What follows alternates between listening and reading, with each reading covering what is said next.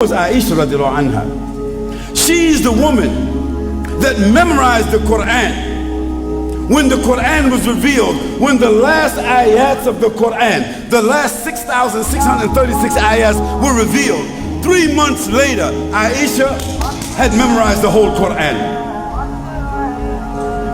Think about that. Secondly, let's look at Aisha radiallahu anha. Aisha radiallahu anha, because she lived with the Prophet sallallahu alaihi wasallam. She saw him, she understood him intimately, clearly. Her mind was bright, and she was a powerful young girl, a very aggressive young girl.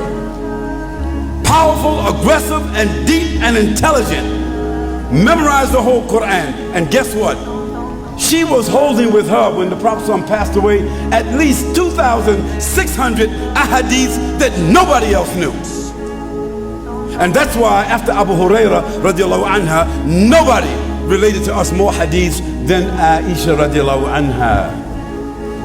So when you look at the product, when a girl is raped, when a girl is molested, when a girl has been involved in some pedophile type relationship, she becomes dysfunctional. She becomes, something different. She doesn't know herself. She becomes guilty. She becomes dirty. She becomes dysfunctional. And you see the result of it throughout her life. Is that correct or not?